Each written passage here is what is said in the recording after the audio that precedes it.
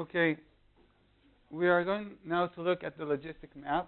This is the equation, and this is the general form of the map for different values of r. So we start with r that is smaller or equal to 1.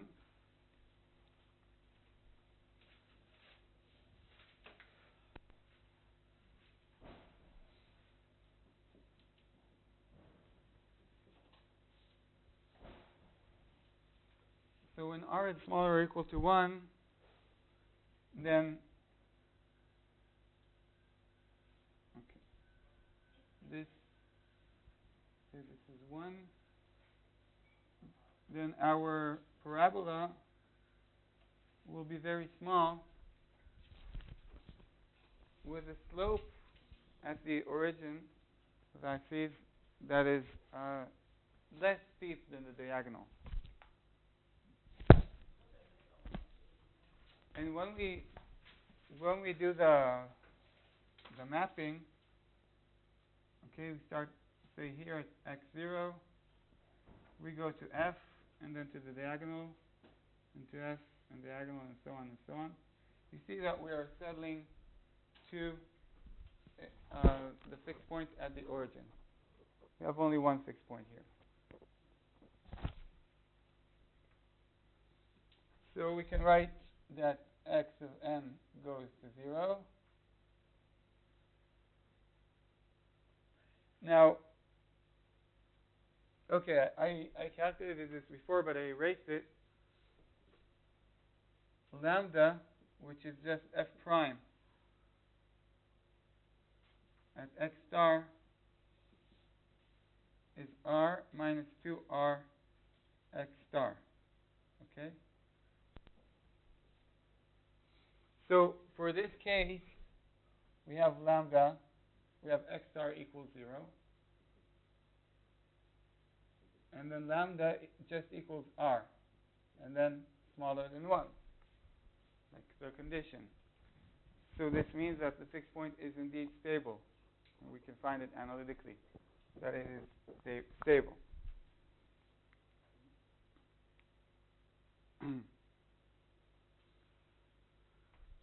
Okay, now the next case, we take a range of r. Yes? Did you intentionally start with the maximum? If 0 is the maximum of the parabola? Did I? No. No, it's just approximately. Anywhere.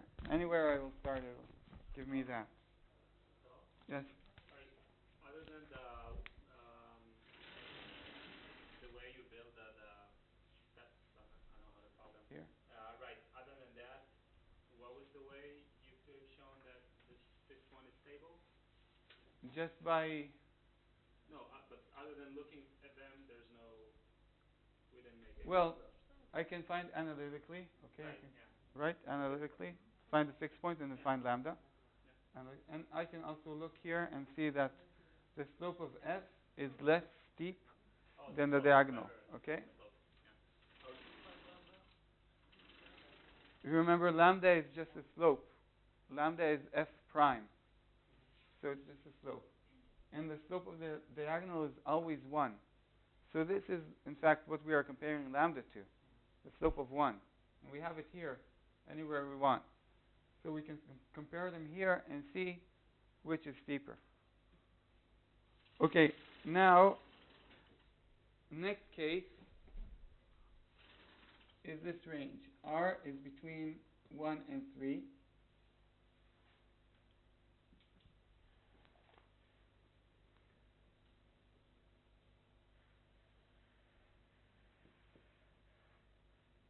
Okay, this will be 1,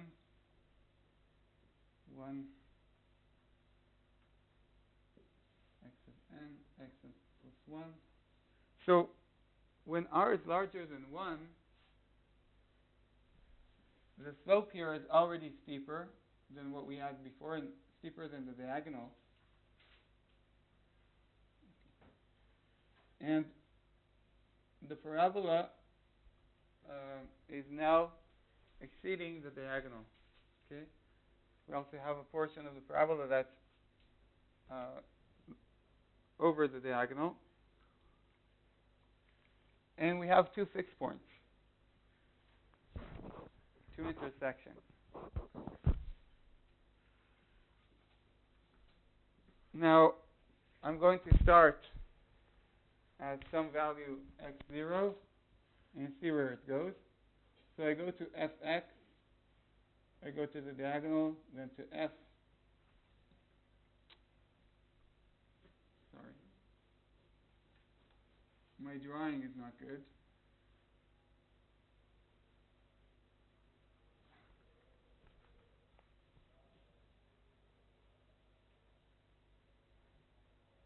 Yeah, should be like this.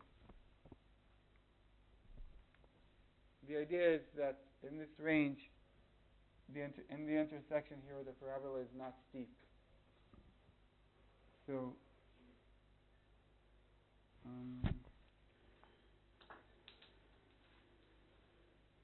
no, sorry, no, it's okay. So what I did was okay. I'll keep with I'll keep with that drawing. Right, something like that. And so I'm supposed to get oscillations. Since I'm not able to draw this accurately enough on the board, I'm going to show this in MATLAB, which I was going to show anyway.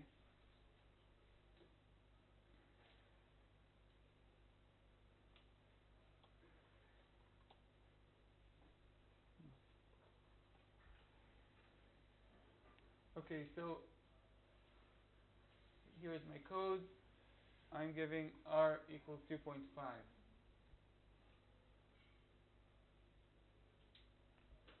And this is the map that I was trying to produce.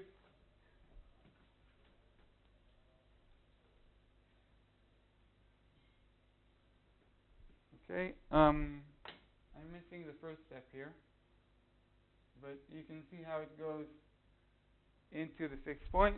And say again? Yeah, I'm going to zoom in. I'm zooming in again, and again, and again, and again, and again.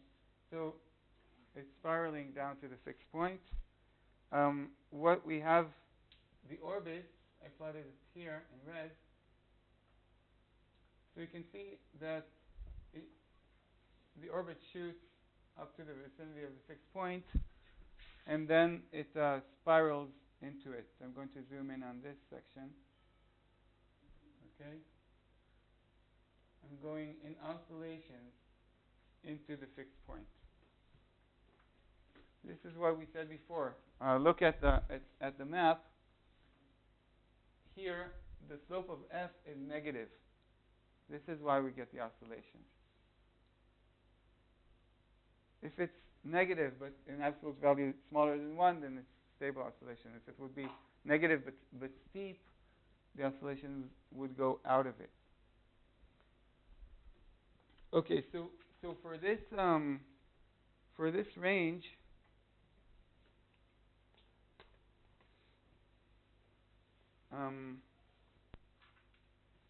let's zoom out again. I want you to see the whole map.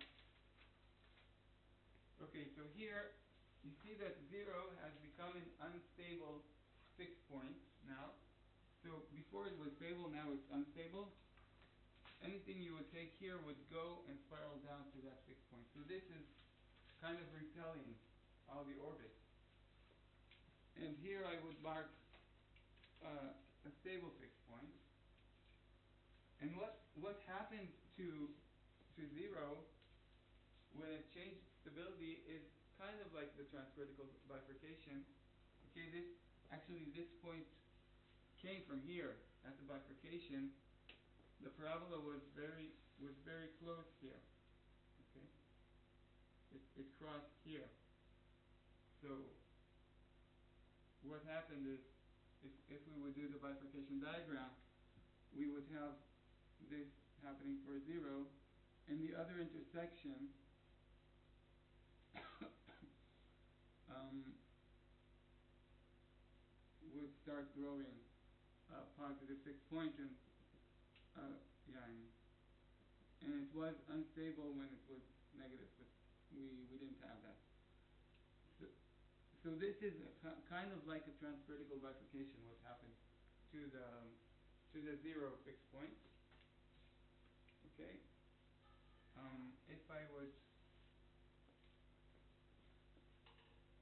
If I would draw the state before and after the bifurcation,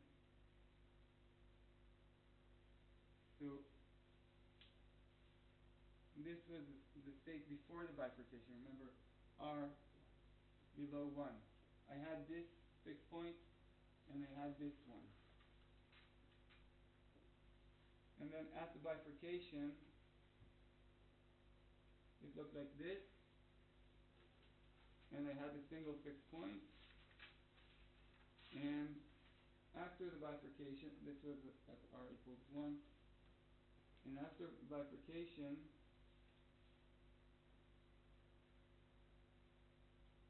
I have these fixed points. So this is kind of like a transcritical bifurcation, only in the discrete time systems, the different equations. We have different terms for the bifurcations, and this is called a flip.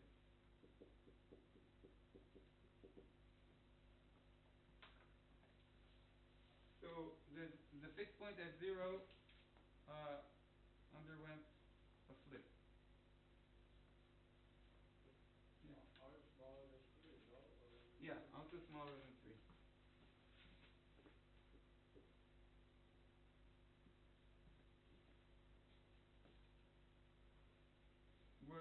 What I can say about this is, you remember that we found lambda is R minus 2 R x star.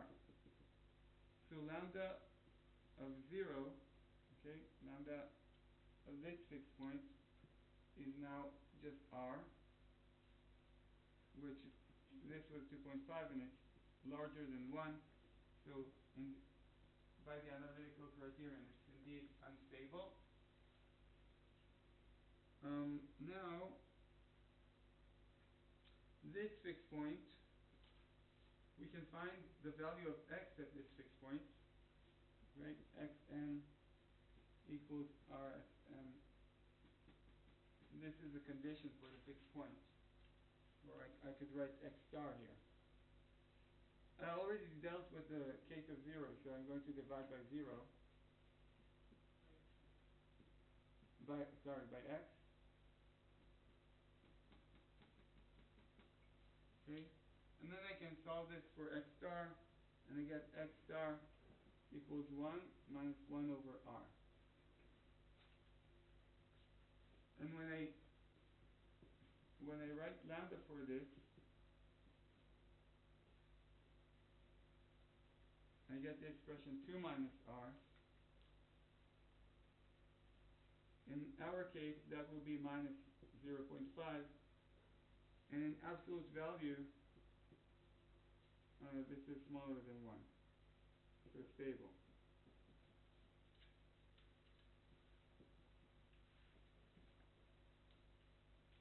Stable, negative, which means oscillation.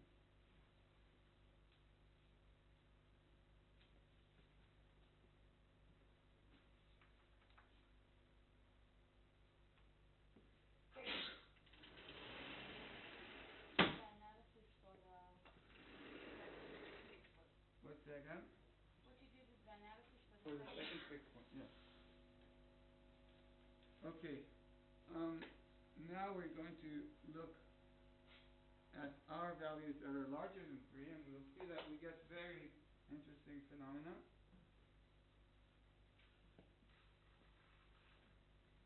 Okay, I'm just going to do this in MATLAB. It'll be easier to plot.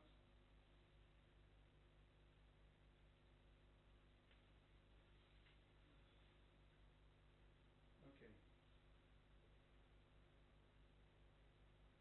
What happened here is I started from a x0, went into the fixed point. It's hard to see, but I went into the diagonal here.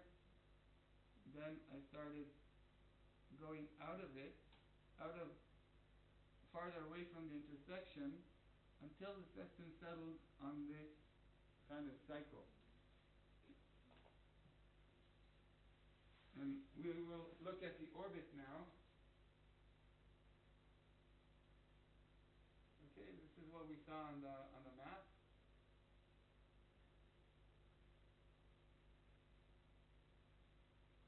We went to the vicinity of the fixed point and then diverged from it until settling on these steady oscillations.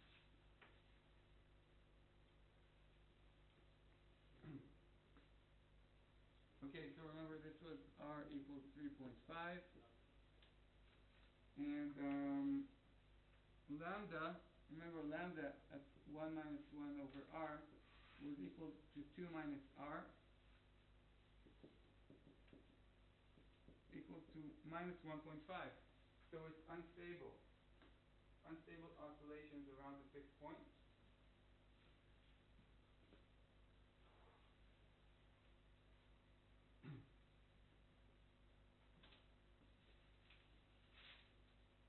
And you can see that x of n repeats, it gets two values.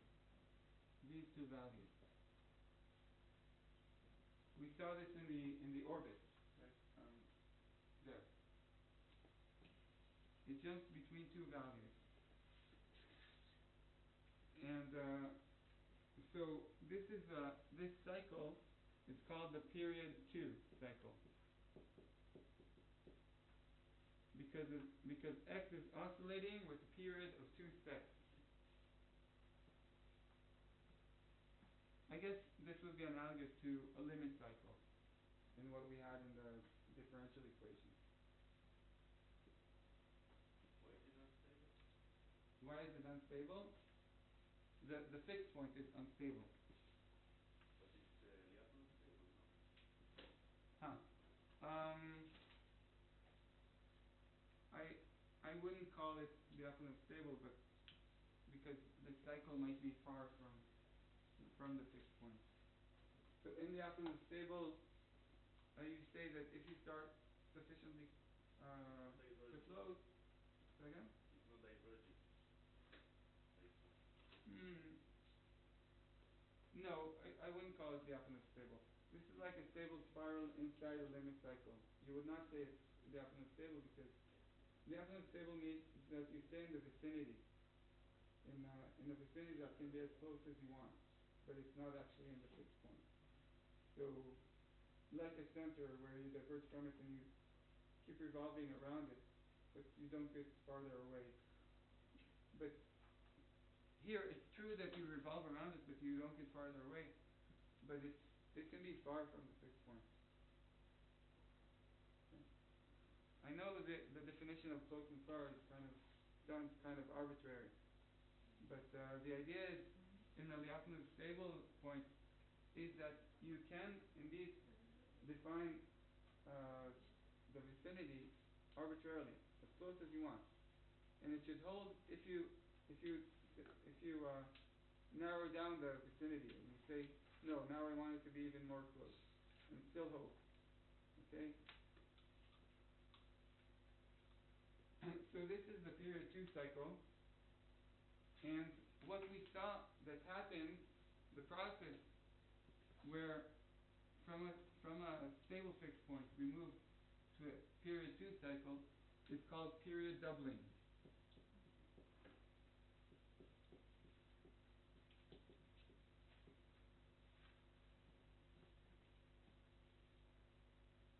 What is the period doubling? Period doubling is the process by which you go from a fixed point to a period 2 cycle, and now we'll see that as I increase r, wait a minute, this was r equals 3.3. Sorry, I should correct that. R equals 3.3. Now I'm going to increase it to r equals 3.5.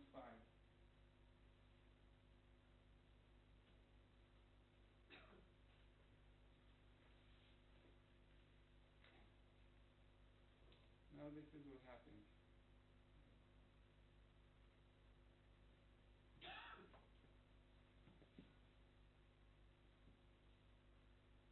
now, okay, the fixed point is unstable also here, but now our x is getting 4 possible values in the end. Okay? And this loop is called the period 4 cycle.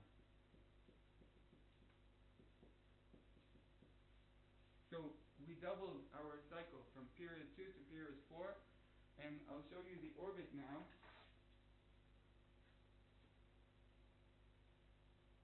Okay. Let's zoom in.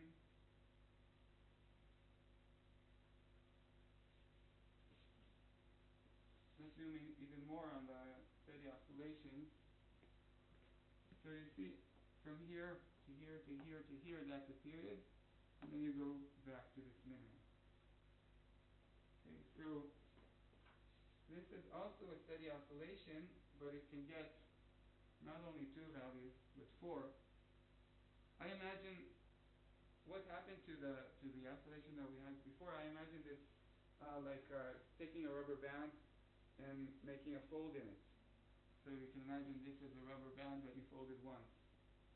Okay? The period is defined as the number of points on the function before you get back to the original. Yeah. So we need to demonstrate.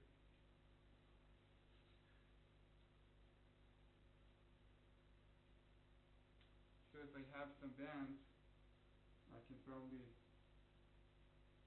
flip it once and make this. Okay, you get the point, right? It's not exactly like a limit cycle, because in the limit cycle it can cross the limit cycle, right? Yeah, so this is not like a limit cycle where each point on the cycle is at the state of the system. Okay, these are the states of the system. I'm saying that it's like a limit cycle because what happened was that stable spiral became unstable with the cycle around it. But it's not actually a limit cycle. It's this, and it's also analogous because it's steady oscillations.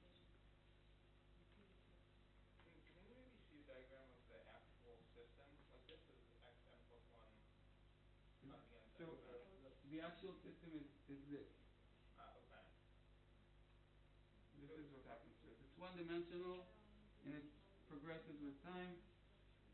Right, so this isn't one of those like chaotic systems with the butterfly, right? This is something. No. Okay. This is something else. It's one-dimensional. Can you show?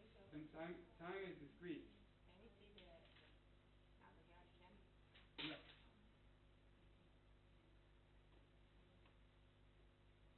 Okay, so we doubled the period. And in fact, as we increase R, this was for 3.5. As we increase R, we get doubling again and again and again. We can get a value where this will be a period 8 cycle, and then 16 and 32 and so on. Eventually, okay, I'll show this actually.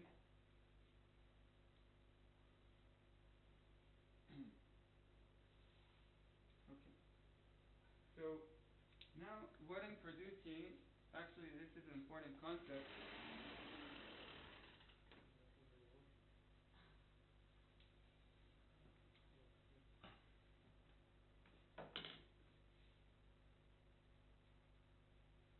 Okay, what I did here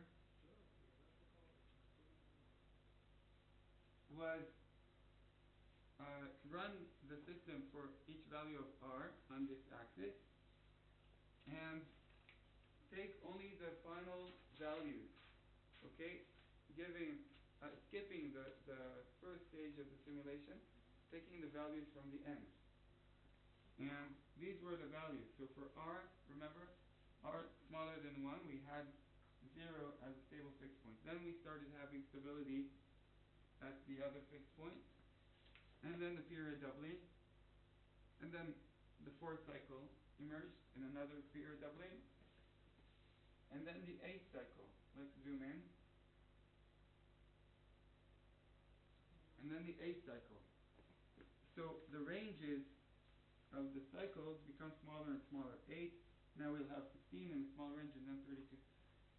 As we increase R, eventually we get to an infinite cycle, which is actually aperiodic behavior. Okay? And I'll show this. When R equals 4? Say again?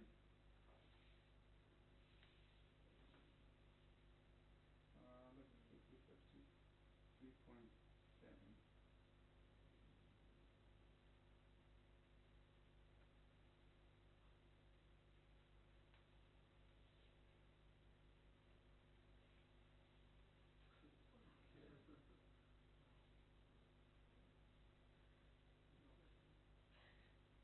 Okay, so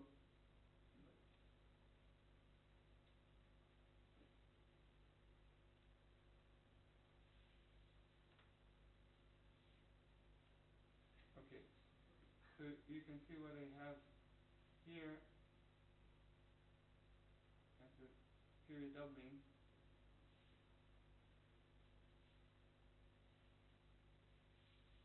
It's hard to see because the resolution is not very good, but here you would have the 16 and so on and so on. Eventually, in this range, you have a lot of values. This is not, X does not assume something out of a set of values, but infinitely many values. And let's see this for the orbit itself.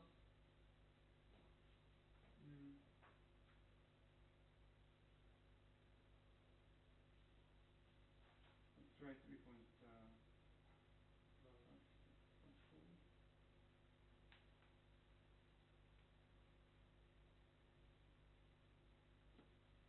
Okay, this is what I got. I'll take a different value. 2. This is not a I mean, the thing with the branches, that wasn't the bifurcation diagram? That's analogous to the bifurcation diagram. Yeah, let's produce it again and I'll talk about it. This is the behavior that we get. And it's actually aperiodic. And in fact, what we are getting is chaos. Okay? We have this aperiodic criterion, and also we have sensitive dependence on initial conditions that we are not showing right now. What's the X and the Y? Just This is the time step, okay. and this is X. Okay? And you can see here that X can assume a great many number of variables, That's when R is large. number of values. When R, yeah, this is for R equals 3.6. So now, okay, it's revolving around the 6 point, but it can get many values, like the strange attractor that we saw in the previous lesson. Now, In what values becomes chaotic? this is, okay, let's plot the diagram again.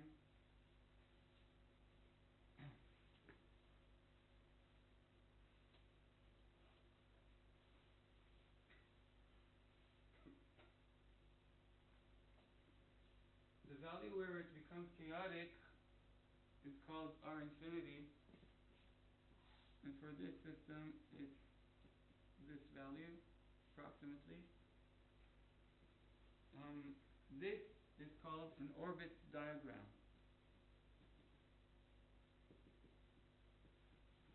It's the analogy to a bifurcation diagram, only in the orbit diagram we don't mark unstable 6 points. But if this were a bifurcation diagram, we would have this. The 6 points inside the cycle. And these are not 6 points, they're just the points on the cycle. So this is called the orbit diagram.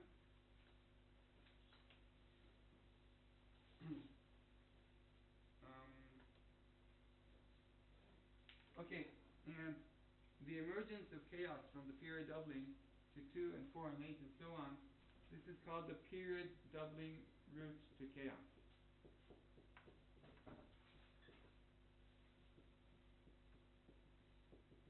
Between 1 and 3. What's it again? Is it the values between 1 and 3? The root to chaos. Yeah, it's kind of the values between let's say 3 and R infinity.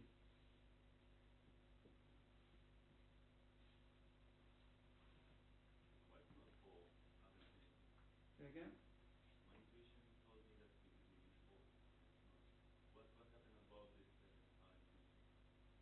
Ah, you said it should be at 4. This is what I Um, when we are at 4,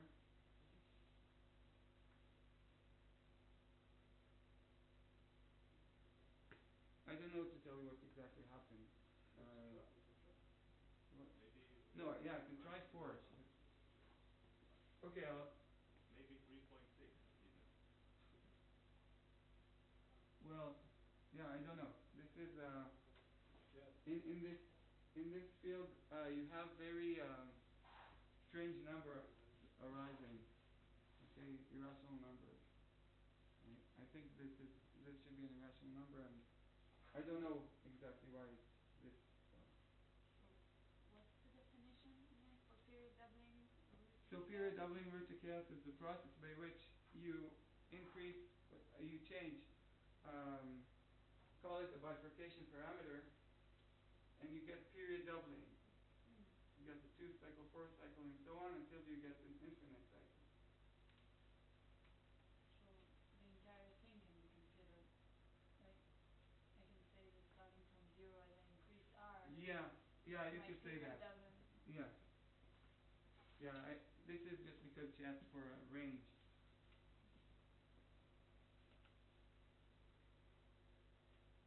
And how do you calculate R infinity? You don't. Okay. You observe. So, and how do you observe it? I guess you would do simulations and look for cycles and so on. But you would see it on this diagram? What? You would see it on this diagram? You could, not in this diagram, but you could see this if you would have a very fine resolution on R, and maybe you could write a code that checks whether there is some period, okay, whether there is a period 1024 or 1 million something, okay. Where do you define R infinity? Like I can see it. I guess I can see it on the oscillation diagram Yeah. easily. But if it's a period of 1000 cycles, you don't see it easily, right? right. Okay, so it turns out that the range of each period is getting smaller and smaller and smaller. So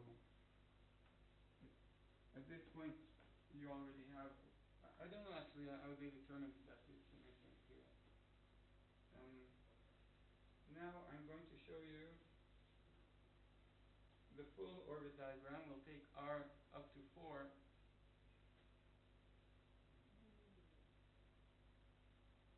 What is the meaning of those little holes in the... Yeah, I'm going to talk about it now.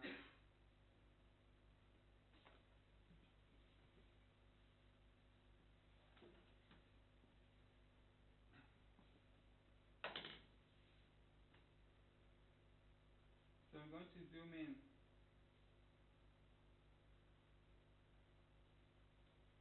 Okay, you can see that you have here, you have a range of R with order. Actually a period 3 cycle. 1, 2, 3.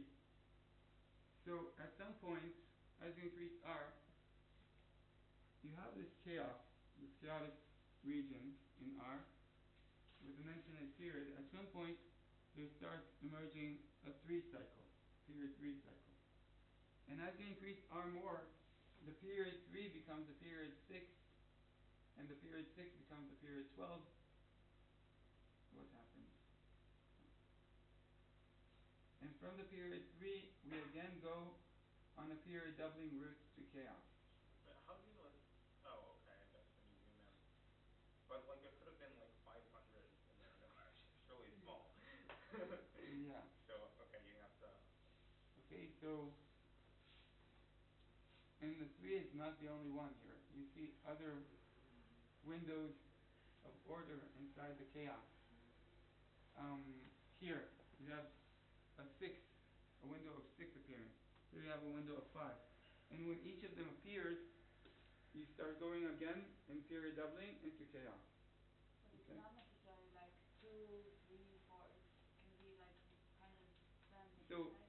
you start from three and then it's No, doubling each time. the doubling, yes, but when you are back to that window of order or Yeah. however it's called, it's not necessarily that you move from a Okay. window of 2 to 3 to 4. Okay, so I'm going to skip some of the material and tell you something that I was going to say in the end. So it turns out that what we get here, the same qualitative behavior, is obtained for any map that is similar to the logistic map. Okay, so the logistic map, remember its shape. It was an inverted parabola.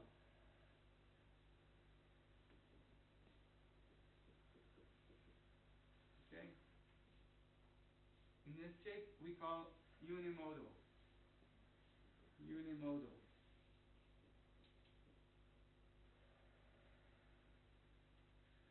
Okay? The definition is that it's concave down,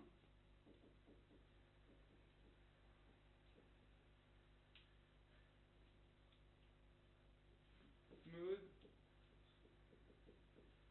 with a single maximum.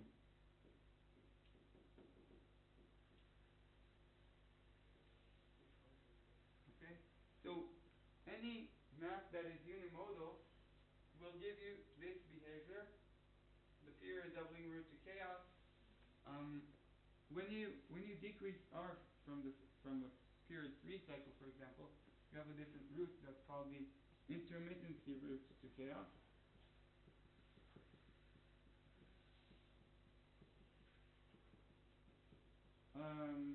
I don't show this, but you can find it in the book. What it means is that in your orbit, you start getting intermittent periods of period 3. Okay? When you decrease. Sorry, yeah. No, when you decrease, you start from the period 3, you start getting intermittent intermediate epochs of chaos. And then they become more and more frequent until you are at chaos. As you decrease R from the 3 to the chaotic region. So it turns out that for any unimodal map, you get the same qualitative orbit diagram. And I'm going to show this now. What happened if there is you didn't see What? Intermittency? Yes. It's just, I told you that the period 3 cycle appeared out of the chaos, right? But how does it appear? Okay, it's not a period doubling. Okay, if you go back from the period 3 to the chaos, on that direction, there is no period doubling. What happens is you start getting bouts of chaotic behavior.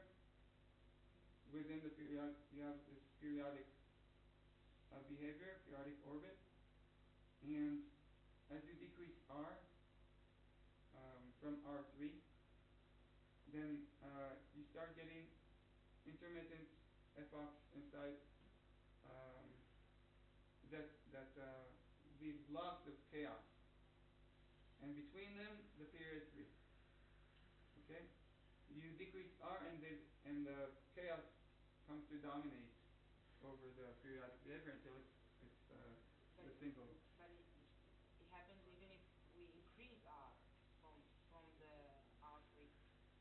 If you decrease R, if you increase R from R3, you get period doubling and then you get the chaos. So one direction is the period doubling, the other direction is intermittency. So what I meant is that when we looked at the map, Yeah? we saw that at certain points you said it can get to period 3, period 4, Yes. period 5. This is what I'm going to show now. Okay? It's blocks of chaos. It's not one point. It's blocks of chaos. Yeah. It's like a range.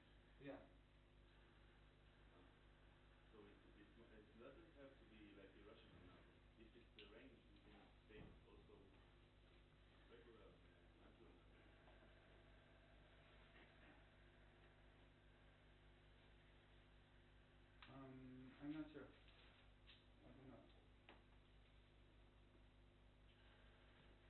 Okay, so here I plotted a map for our logistic map. I plotted the orbit diagram for our logistic map. Where's the eraser? And below I plotted the map for another unimodal map, just r times sine pi s. Okay? And r is my bifurcation parameter. And you can see that qualitatively they are the same. Let's zoom in.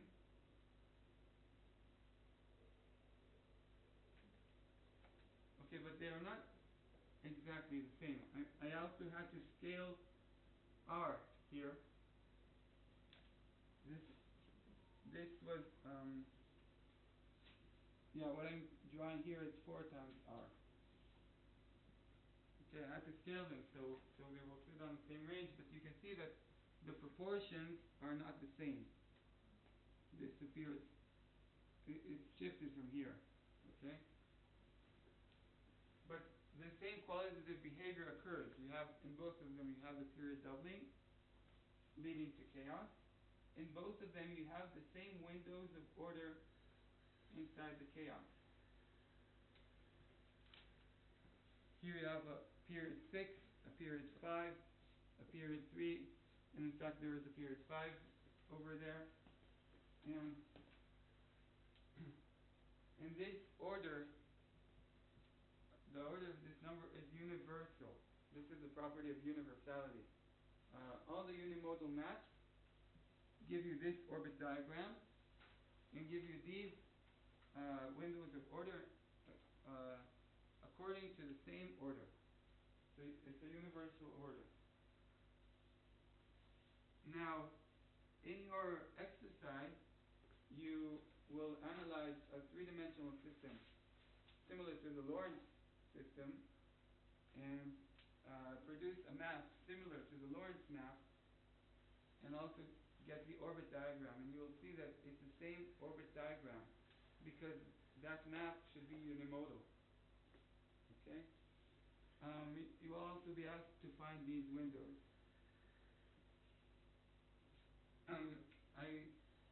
I'll just say the Lorentz map is also similar to a unimodal map. Remember the Lorentz map that we did for the V maxima. It was also concave down.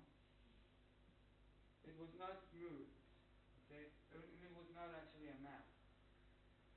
It was not a line. It was a line with some thickness. Okay? But apparently the property that it's concave was sufficient to give it this, a very similar orbit diagram. So I didn't do this myself, but I guess if you do the diagram for the Lorentz map, you'll also get something similar. What else do I want to show about this?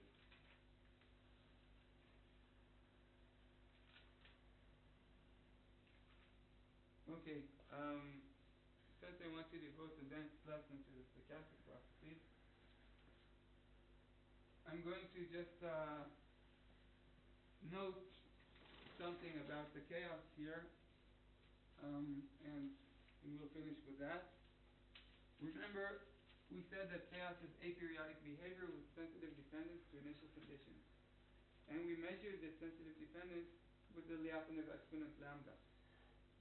We had this deviation from an orbit in this case. So we are saying that if we have x0 plus lambda 0, we are going to go to xn plus lambda n, comparing this to the orbit that is this orbit. And we are looking at whether delta here, delta 0, is increasing or decreasing.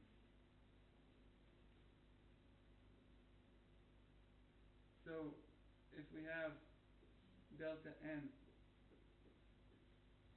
in absolute value growing according to an exponential rule approximately. Remember we did this linear regression, very approximate, very rough, on the logarithmic plot, on the semi-logarithmic plot.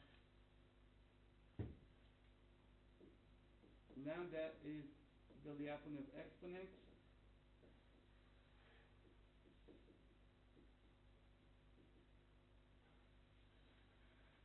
And if lambda is positive, we have chaos. Okay, so if we are at the period 2 or period 4 or 1024, the system should converge with time through the period.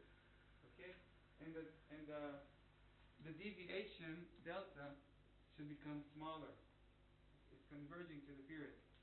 Maybe this is the criterion that you're looking for. Okay.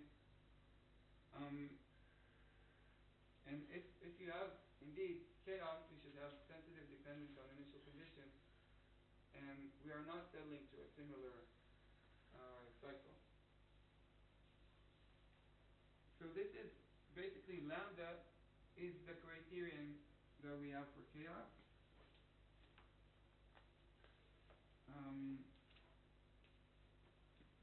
Okay, and the final thing before we go to a break is I'm going to produce a plot of this lambda. There.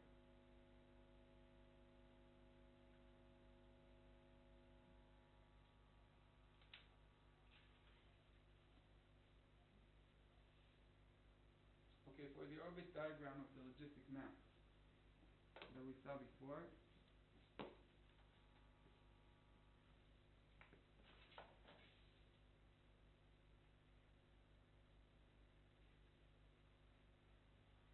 okay, so this is the orbit diagram.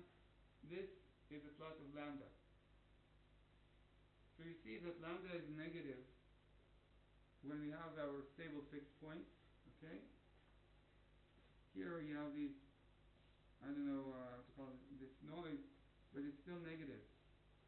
Here you approach 0, but you don't actually pass it. Stay negative. And let's zoom in.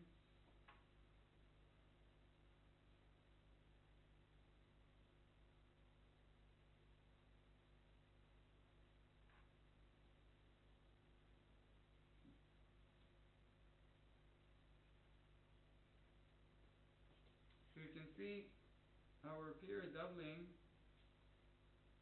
eventually ended in lambda passing the axis. And this is where you would define the R infinity. Okay? So you have this range of chaos. And you see that when this period 6 cycle opens, you have a small range with negative lambda again, with order. Okay? So, returning to your question, I guess that if you go back on R, then you would have these bouts of chaotic activity, and they would be different depending on your initial conditions. So they would be special for each initial condition, and maybe that's where the chaos comes into play. This figure, the bottom one, maybe you cannot see more spikes because the resolution is not correct. This is a continuous function? No, of course not. I ran R in discrete steps. Okay, I ran a simulation for each. What I say is to take little steps, smaller steps. Maybe you get to the point that you have only you have only in rational numbers, and you don't have like this area under the red. Oh, this? Yes, this area is not, maybe it's not correct under the red. Okay, so I don't know. I think it is, because I know that there is this principle of the universal order that says here you have a 6 and here you have a 5 and so on, and in between you don't have windows of order. Okay? But I don't know how this would sound. I mean, I guess they ran simulations.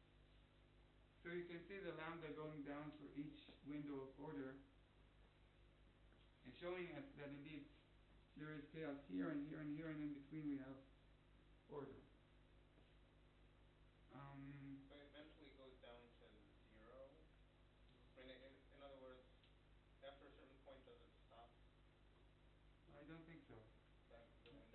You mean from here?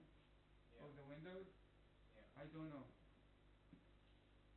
I know that in the Lorentz system, which is not exactly a unimodal map, eventually you have an R that gives you fixed points and not chaotic behavior.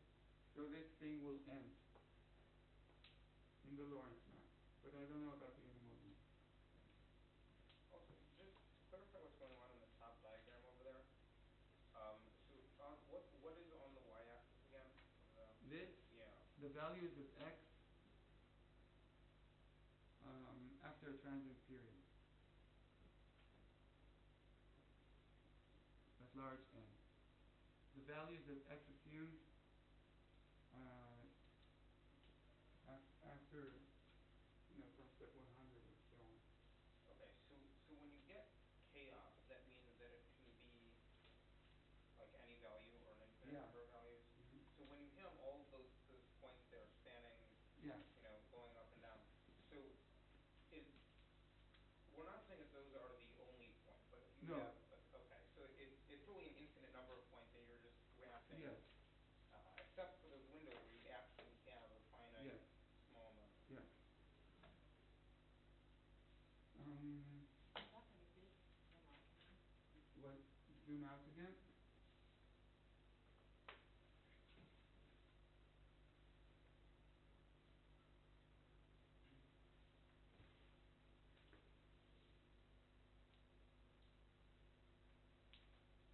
Okay, let's take a break, 15 minutes.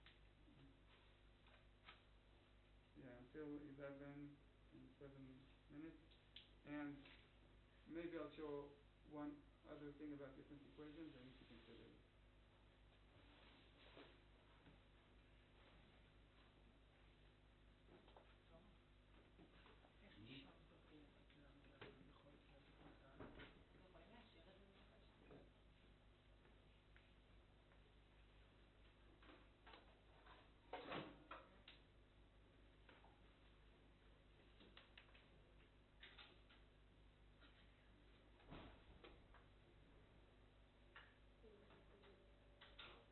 אתם יכולים להשאיר את זה בבקשה? אוקיי, אז נחשב את הדלתא בתור הלן של השוני בין הנקודות.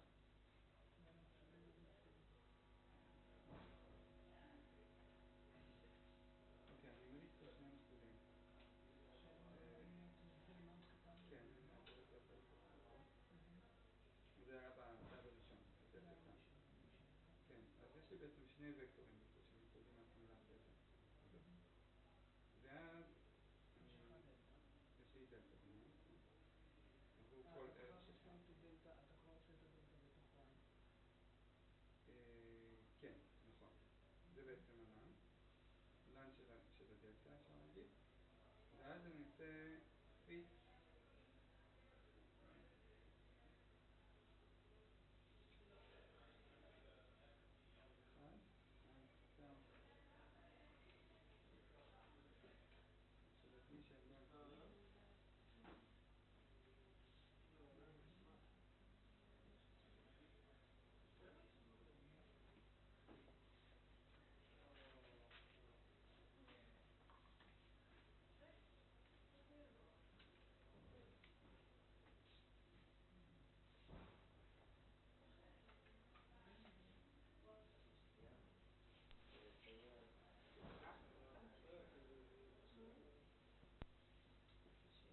אני אצטרך בכל זאת לעשות את החישוב שעבר בשיעור.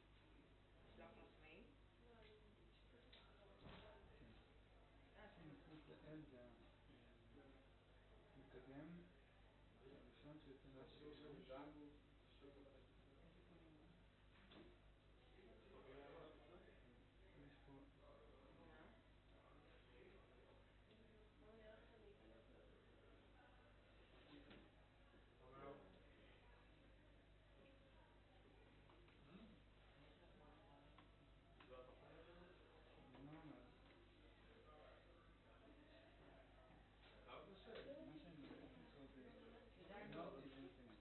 not is infinite.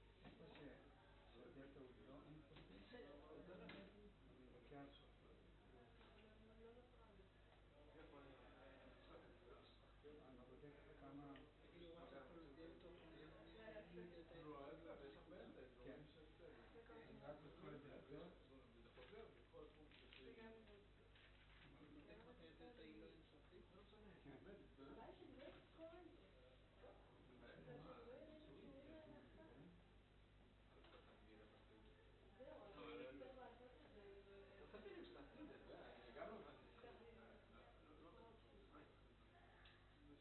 תשאלי אותי, אני אומר לך, אני אף פעם לא מבין לך שאת לא שואלת אותי, אני לא יודע. וואי, מאיפה אני אעשה לך טובה כזאת? נכון. אני לא אפסיק. לא, אני באמת אומר, אני לא להפסיק! הרבה פעמים עושה דברים בלי להפסיק. יש לי פה כאילו מ-1 עד 0 השתכנעתי, זה לא יכול להמשיך. עד מספר הדלתות שהן לא אינסופיות. גם הסתכלתי קצת על זה שמודות כאילו שטויות. אם את רוצה לתכנת, אל תסתכלי.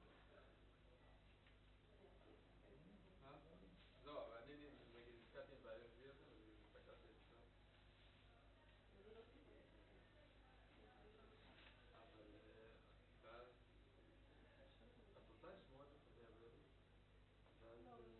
ואז לא אכפת לי, זה מיקוד. זה יתקלט.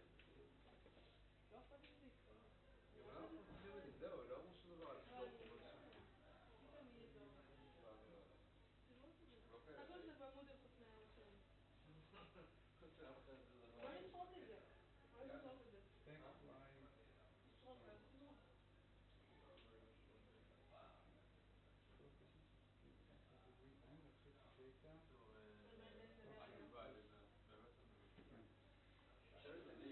אני זוכר שהיה לנו, ציירנו את נדמה לי את העולם של דלתא במערכת שלו. זה אמור להספיק. ואז היה לנו משהו כזה. אז מה שאני אומר שם זה ש-X שלי, יש לי פה פולינום.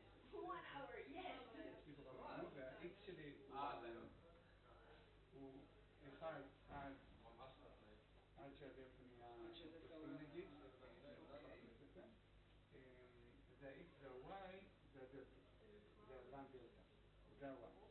אז אני אומר לו לעשות פוליפיט ולקחת את המעלה הראשונה, לעשות אורדר 1. הארגומנט האחרון זה בעצם linear regression על העניין הזה. כאילו אתה טוב, אנחנו עשית את זה באופן מאוד עשית את זה באופן מדויק, יש כאילו דרך אחרת עם שזה לחשב פה את השיפור. כן, אבל יש לי המון ארים, אז אני וככל שאתה מתקדם עוד ועוד צעדים, אז פשוט נוספות פה עוד נקודות, מה קורה כשכאילו יכולים להתווסף פה נקודות ופה נקודות? כן, אני לא יודע אם זה מתקיים אבל לא רואה את מה שכן מתקיים. האמת שגם בדיסנט מתקיים. I went to the class, it's still the Pesach holiday, and every Thursday morning I just have to find something crazy. הנקודות שמתווספות, כאילו לא יכול להיות שפתאום כי דעתי אני... נכון, זה הזמן הרב. I'm going to start working on it. לא שיעור שעה. אני לא מבין, אני יש עניין אותי ואז בארים הקטנים זה אמור לעשות כזה גבה. אז הפוליפיט ייתן לי שיפוע. הארים הספירוטיים הוא תוספת וגם אם קלטתי את זה וזאת את Yeah, my Dropbox is so full with everyone's Hebrew notes that it's become completely in English or Hebrew? People from my year have been faithfully uploading all of their notes to Dropbox, and they've been faithfully taking notes only in Hebrew the whole year. So yeah, Dropbox is completely useless. It's over full. I can't access anything, and even if I can, I can't read it. No, but Google Translate. You know what? Seriously, Google Translate sometimes gives me the opposite of what it says in Hebrew. It just, it's like a knot or something drops in there or drops out. Okay. I have no clue.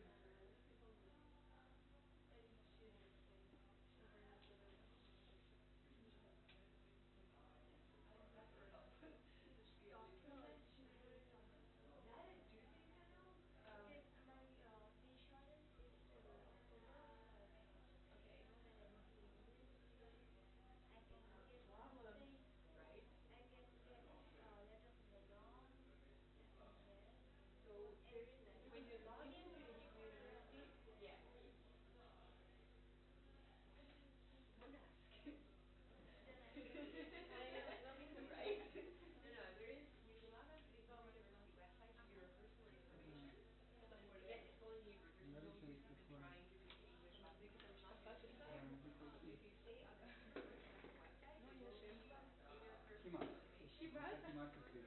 לא, אנחנו החלטנו, אבל אנחנו עכשיו מאשרים את מתרגלים את עצמם. I'm gonna have to find an answer. מה? אנשים התרגלו על שלא כולם יקראו לך. יכול להיות. אחים שלי התרגלו הרבה יותר ממני. אני התרגלתי מזה ששמעתי את האחים שלי. את מכירה, יש קבוצה בפייסבוק שנעים של הורים. אני יודעת שאתה את כל הקבוצות האלה. אני יודעת שאתה מסתכל על כל You wanna take הקבוצות care of האלה. it? כל כך מצוין. Yeah, of course. אני כותב לכם שזה היה... ההורים או החנונים? נכון.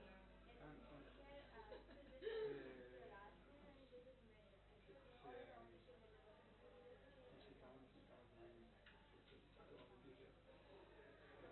לפני איזה חודש, הוא קנה ספר של תינוקת. כאילו, פשע תשעה, תינוקת, כאילו הפשע של עצמה.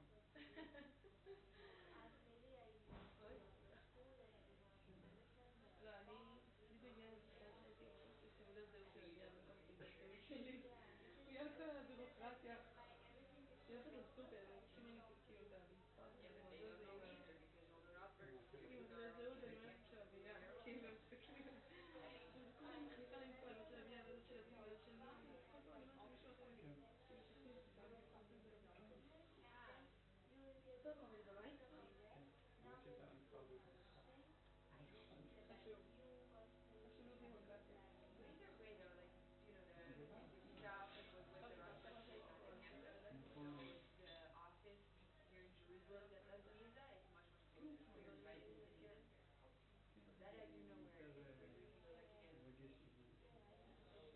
And I don't really know Hebrew either, so that may not be the best person to ask. כן, זהו, הוא גם בן שנתיים, כאילו, עשיתי את זה שנתיים, גם שנת לידה, וגם בגלל זה. אז אי אפשר לדעת כמה קשה לו, אבל לא הרבה יותר קשה לו. צריכים פה את ה... איך עשיתי סטרל? מה? תתקן קצת, תוכל תתקן. כן. I heard you guys have ממש like צריך a אותם. cool day on Thursday. לא, אתה רוב הזמן בבית. אני כן. אני מקווה שבא, כאילו ממש שבת שבא לי לעשות את זה. This in the CCF version, I have כל רגע איתה זה ממש מרגיש. כן, נכון? You know what we should do? We should ask Ziggy to buy one of these for the library. אבל עדיף שלי, הוא תמיד היה מעדיף אותה? That is not לא, actually in the לא library. מעדיף אותי. הוא עדיין לא כאן מעדיף אותי. כי אביה כאילו לא שומע. Understanding nonlinear dynamics. כאילו בעדי הוא אפשר גם היו שלושה ימים כזה ממש מגזימים כזה בבוקר. כאילו אמא, נו, אמא לכי, ביי, תשתה, צודקת אותי, אמא, די, רואה אותי אחרי יצאתי 7 בבוקר בבית, חזרתי ב7 בערב. אמא, די.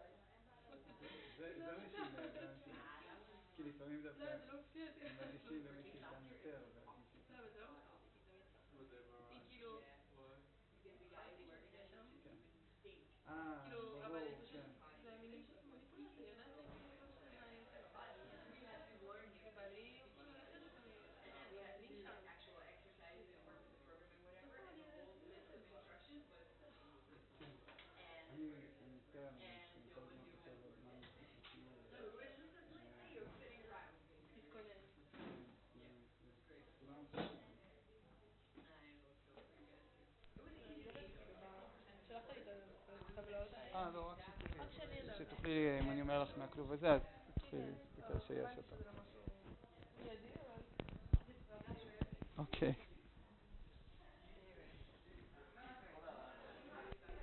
בואו חוזרים.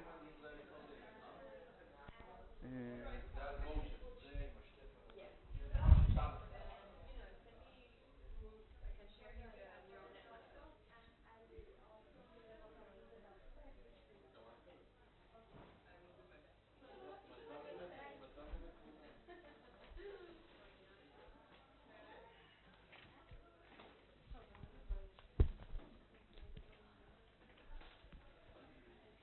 Everyone here? No, not yet. Okay. I'm going to spend maybe 10 more minutes on the difference equations. And I want to discuss the period doubling, because I also want to give something in your exercise 6 about this period doubling. So how do we find the 2 cycle? Okay, so a 2 cycle has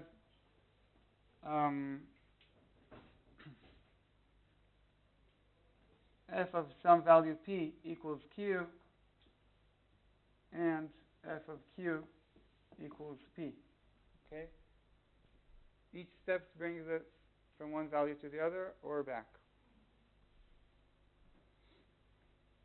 So we can also say that f of p equals f of q equals p, or, okay, so it's clear, right? 2 steps in f brings us back to p. So we can say that p is a fixed point of the second iterate map.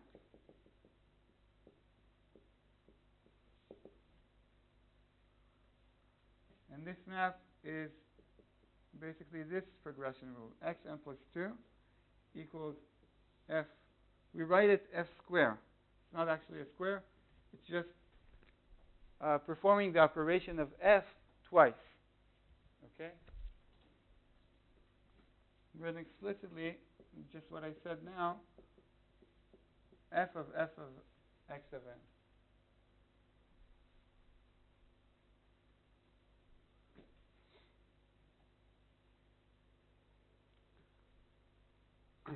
And also q. Q is also a fixed point of the second iterate map. Okay? So we can write an alternative progression rule that is not from xn to xn plus 1, but from xn to xn plus 2. We can treat this as a map and find its fixed points. So for the logistic equation, remember the logistic equation is a parabola. It looks like this: xn plus 1, xn. Logistic equation is a parabola. Now, this means that performing this operation twice would give us a 4th order polynomial. Okay? So this is xn plus 1 equals, well, fx of n for short. And the 4th order polynomial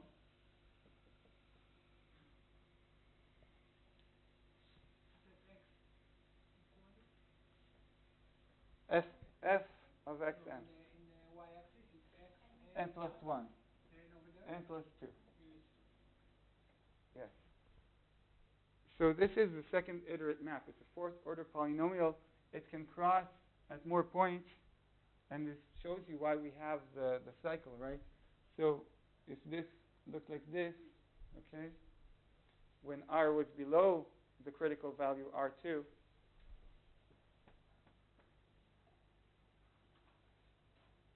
or actually, yeah. Yeah, okay, so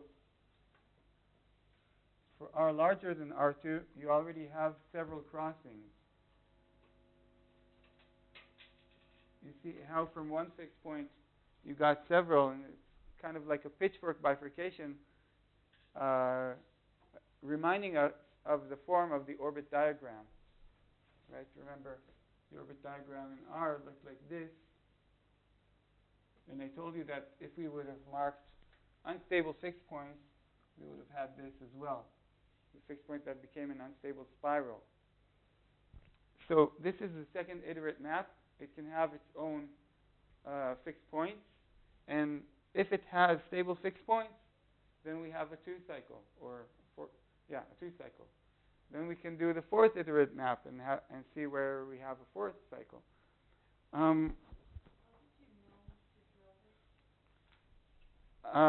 Basically, I can write the expression, and I know because I can plot it in MATLAB and see this. Okay, but the idea is that from a second order polynomial, a parabola, you get a fourth order polynomial, and this can have several maxima and minima. Okay, it could curve several times.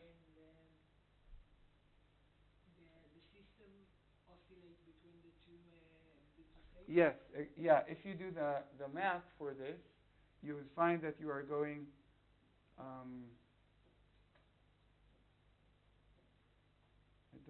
something. Okay, maybe my math is not exact, but I'll show you in an example on MATLAB, and you'll see. If you do the math, you'll see that actually you are doing the math for this, right? You're going like this, and you'll see this plotted one on top of the other. In the middle down table, it's the same point, like it's the same Yeah, point. yeah. So the fixed point of the first iterate map should also appear in the second iterate map, obviously. Okay? Yeah. um, Before I show the example, I will just say that it is possible to write this polynomial for the logistic equation. Okay.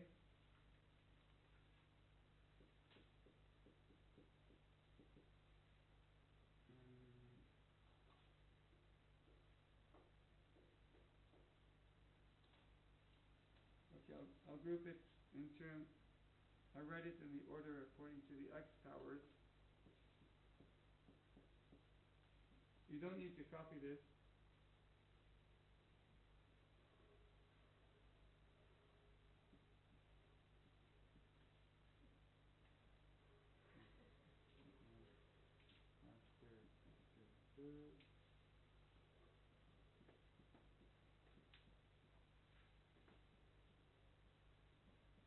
Okay, this is the polynomial,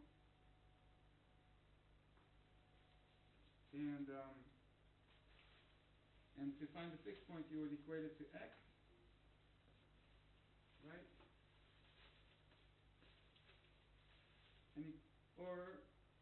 You can equate it to x, then you can actually divide by x. Everything here has an x, right?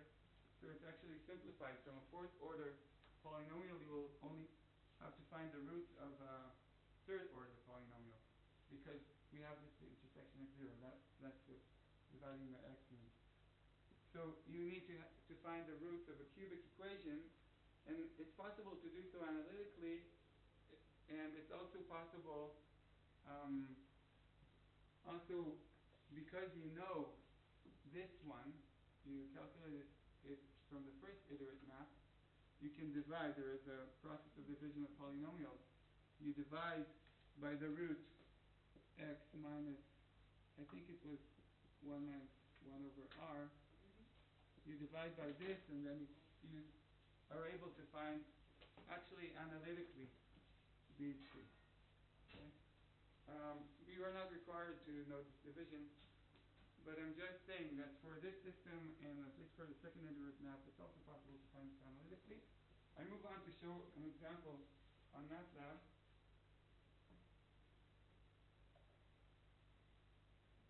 Okay.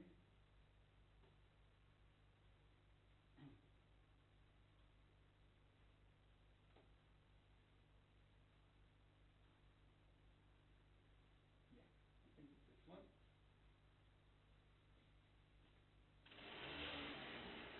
Put this on another board.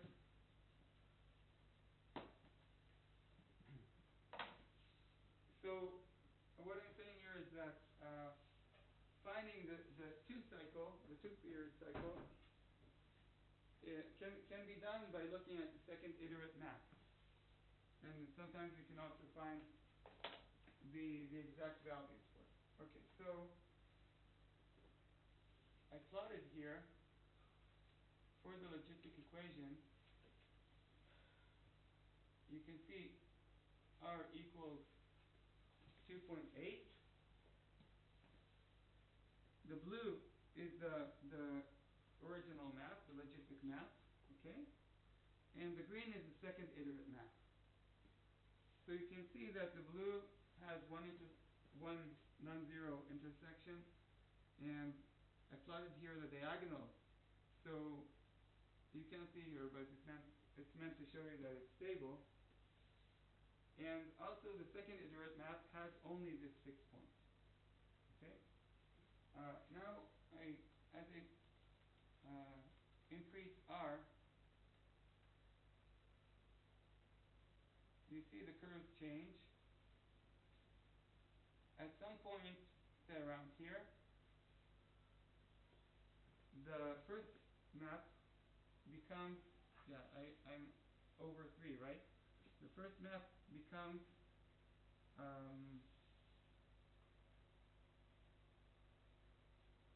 okay, it's not lost, it hasn't lost stability yet, I think. When the blue curve becomes steeper than the black, then the 6 point loses stability. Okay? And you can see that the second iterate map in green also has its 6 point here losing stability. Now it's steeper than the diagonal. Here, maybe I think it should be steeper as well. What is the meaning of the second order? Why would you do that? The meaning of the new you said there's this new rule now when we're moving from so I'm showing you that this second iterate map now has 6 points here. No, mathematically I get it, but Okay. what does it mean? Why would you do that? I want to find these points. Yes, that's I have a period 2 cycle. yes. And I want to know what are the values of x on this cycle. Okay. Okay? So I can draw the second iterate map and find its intersection. And what I'm showing you here is that when this loses stability, these 6 points come into existence. Okay? So now this is steep, this is unstable because I increased R, so the slope here changed also for the blue and also for the green. And these came into existence. Okay? And I can increase R more and more and more, and these, you can imagine that they will also eventually lose their stability, and the fourth iterate map will have its fixed points starting to appear next to these.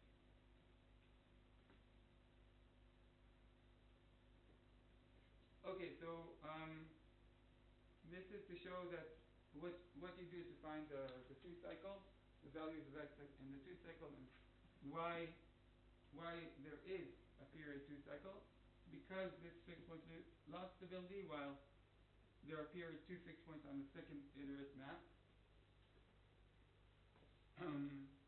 In your exercise, I think there will be a question where you will draw the second iterate map. It will not be as complex, and it will be required to find or to say whether there are fixed points on it. Okay, now we can leave the computer.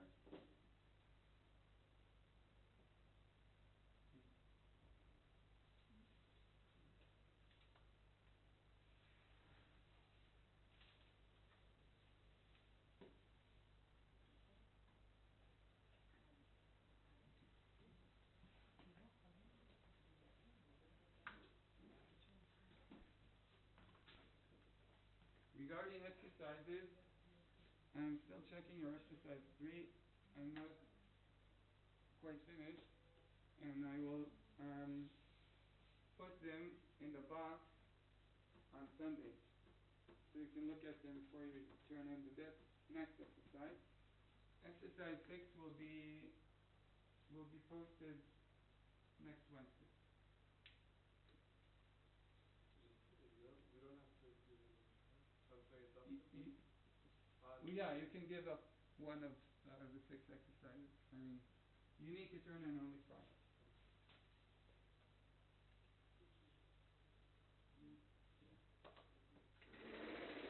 And exercise 7 is for your choice. I mean, you can use it to curve your grades, or just out of interest?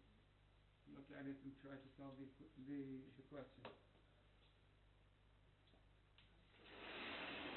The material from exercise 7 will still be on the exam?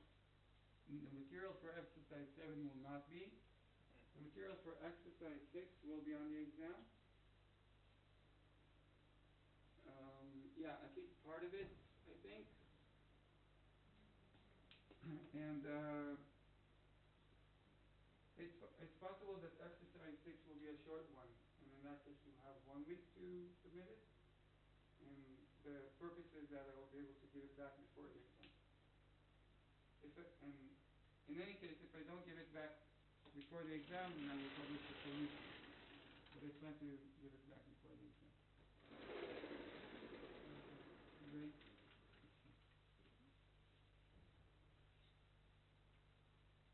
Okay, we move on to the topic of stochastic processes.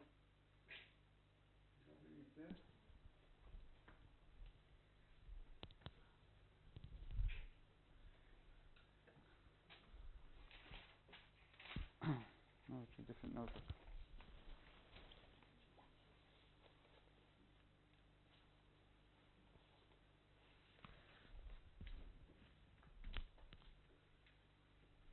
And in order to start talking about stochastic processes, I'm going to present a few definitions, kind of the language that we're going to speak now. And I expect that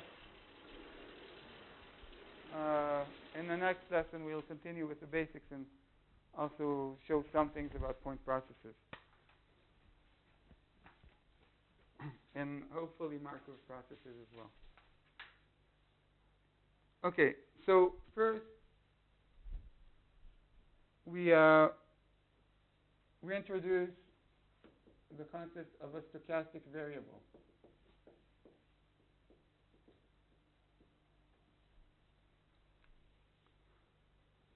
Okay, so this is an object that I mark by a capital X.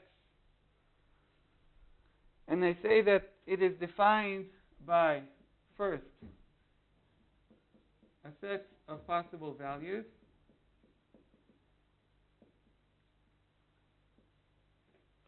I mark the set S, represented by S, and we call this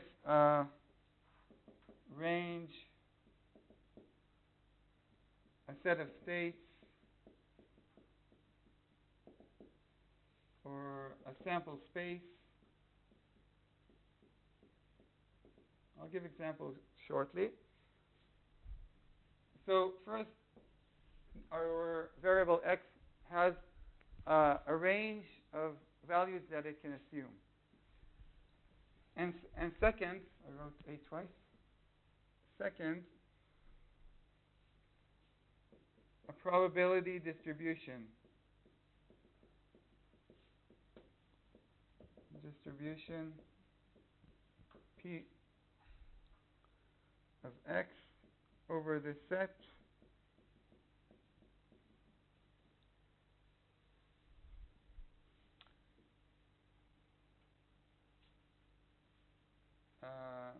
giving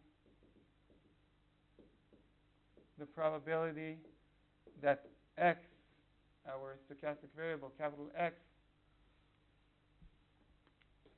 gets a value small x. I hope it's a bit confusing, the different uses of X, but we use X, capital X, for the general variable and small x for the values it can assume. X is in S, small x is in S? Yeah. S is the set of small x's. This is just a regular random variable. Yeah, right. Exactly. Yeah, okay. Yeah, stochastic variable is also called a random variable. Stochastic means random. Okay? Okay, so our set S can be discrete. A discrete set of values. For example, the result of a die row, 1, 2, 3, 4, 5, will be our S.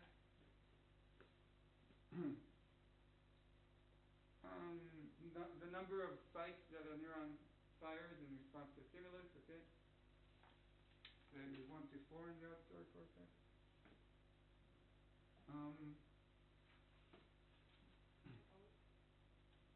It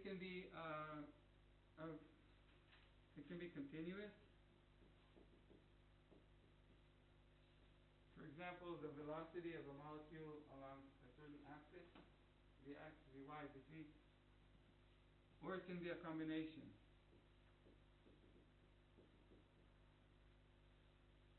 So you could have,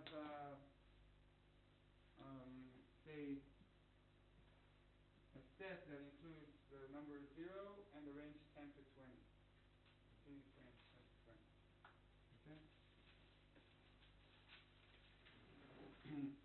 Okay, also, the set could be multidimensional, in which case we are talking about a vector, X. Okay? And X is composed of x1, x2, and so on. So it's a stochastic variable of several dimensions. Okay, so the probability density is, as any probability function, it is non-negative and is normalized. When you go over the whole set and add the probability densities, you integrate, you get 1.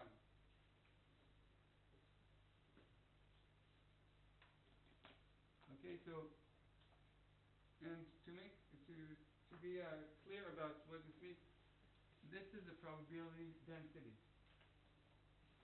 P of x dx is the actual probability that x is between the value x and the value x plus dx. Okay? So we have a probability density, and when we integrate over a range in x, or a range in our set, we get the actual probability.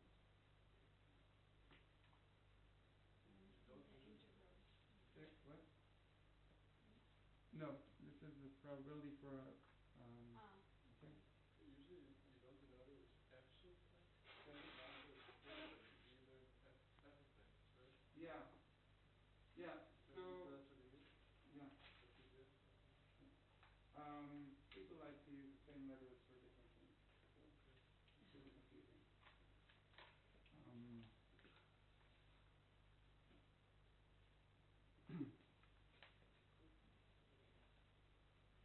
Okay, now, given our stochastic variable, we can define a function on the stochastic variable. So you see why we don't use f over that? What? Oh, you want g, but g is used for another thing in our course. Okay? Okay, so this is a function that operates on the state space of x, and can be anything. It can be x squared or e to the power of x or so on. And usually we will be interested in properties of these functions, okay? Or their outputs. Also,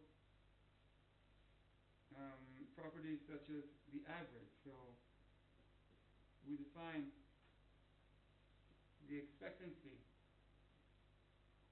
Okay. You probably already know that the expectancy of x of f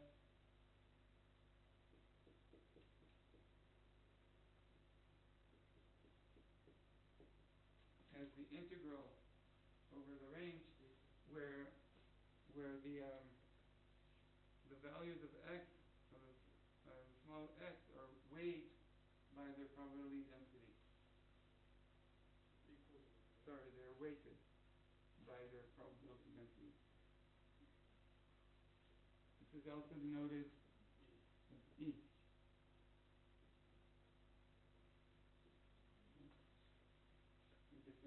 notations, the bracket notation, and the E.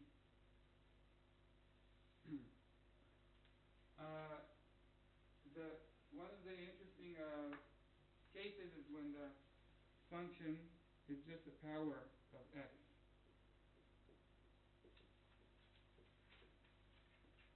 Okay?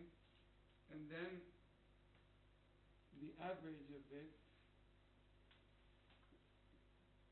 is called the nth moment.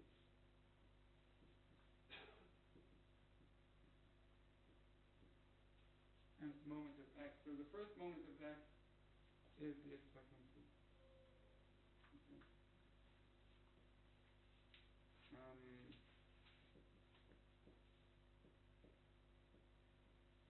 And it's usually marked by mu with a subscript n.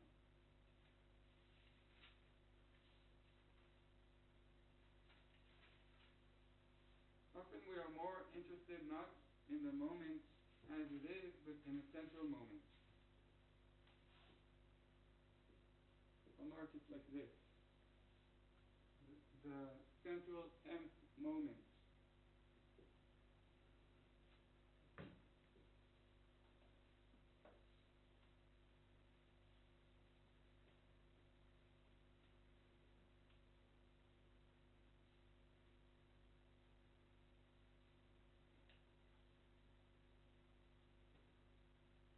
Okay, so this is when you subtract the first moment from x and then take the power of n and then average. This is the nth central moment.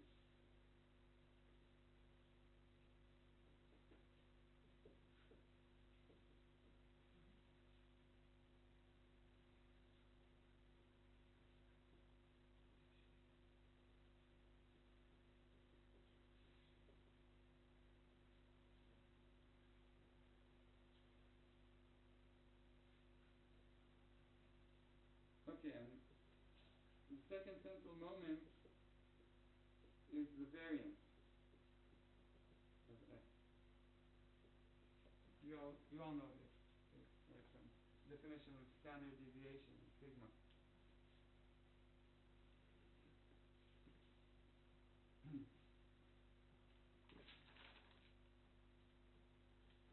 Okay, another definition that I want to give is that of the characteristic equation.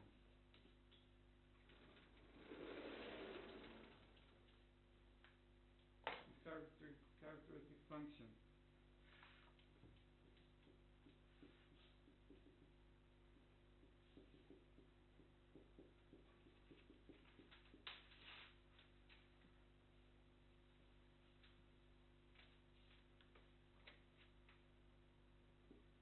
I'm going to show this for x, but instead of x, you can just write f of x, okay? Once you have a function on a stochastic variable, you can treat its output as a new stochastic variable, okay?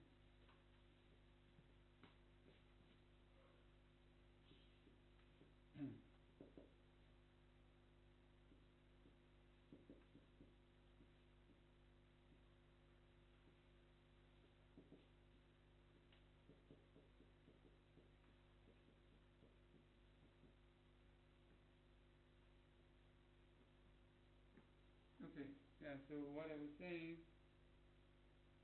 if you have y equals f of x,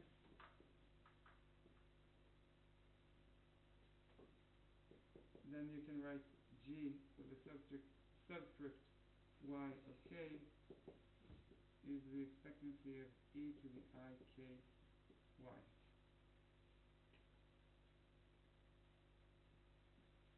Okay, and this integral can be done on the whole range of x, say the real numbers, or a subscript thereof.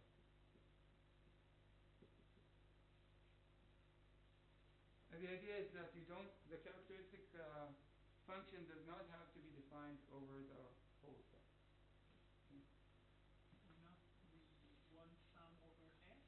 Why should we sum over R and not over S?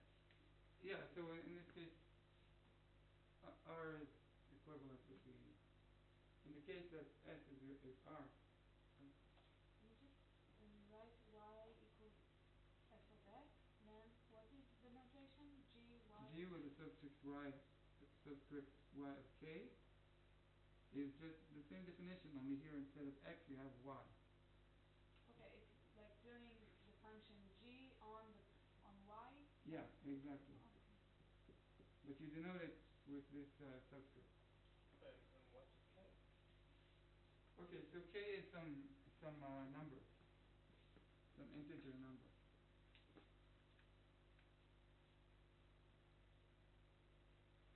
Is it integer?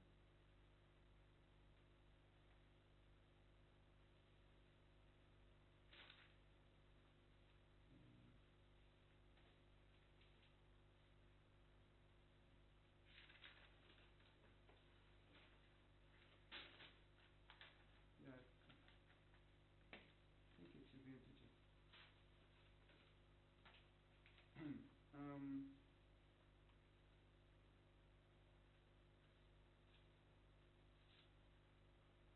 no, it's not integer. It can be something.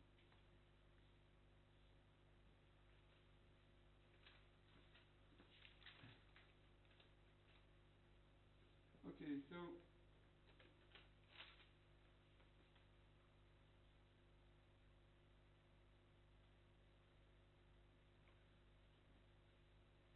yeah, g of k exists for all real k.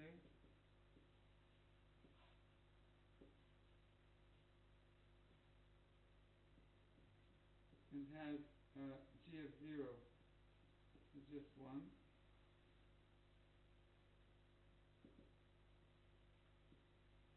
And absolute value is always smaller or equal to 1.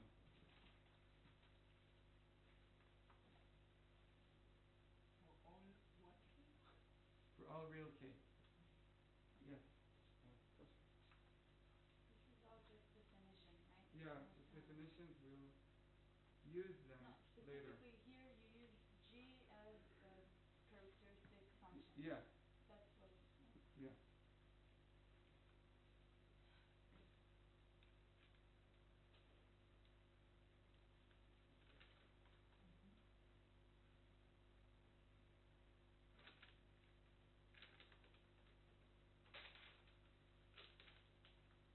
Okay, so I suppose most of you know this transformation, and I want to mention that G is actually the Fourier transform of x, or of f of x. Oh, sorry, of p of x. One second. Yeah? Say when you say that g of k is less than or equal to 1 of the absolute values, that's a constraint on the value of k, This? or yeah, No, it's a constraint on the value of G. constraint on the value of g,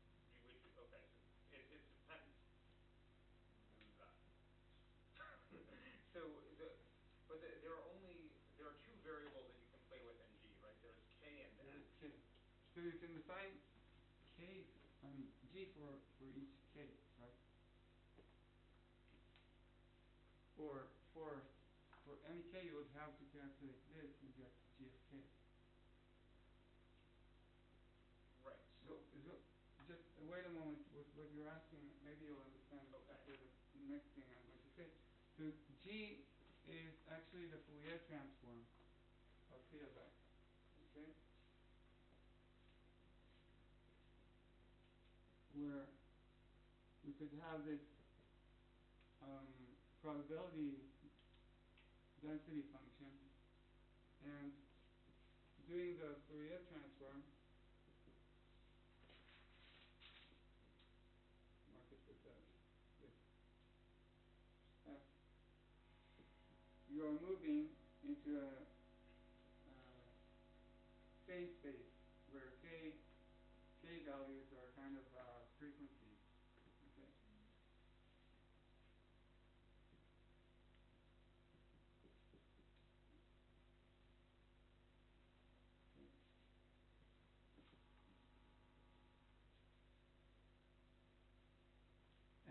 means that we can get back to the probability density function by doing this integral, the reverse Fourier transform.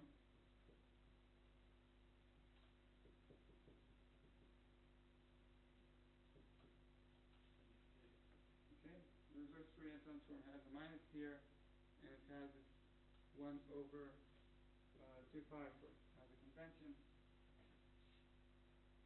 Yeah, dk.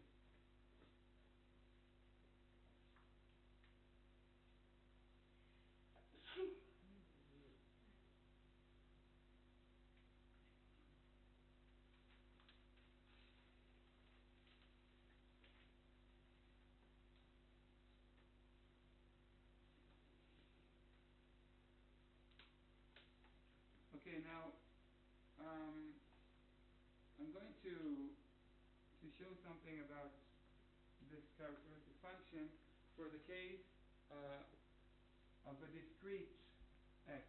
Okay, and I think in this way it becomes a little more intuitive.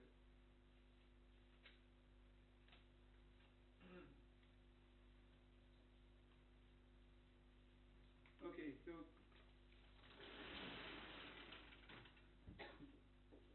say x takes integer values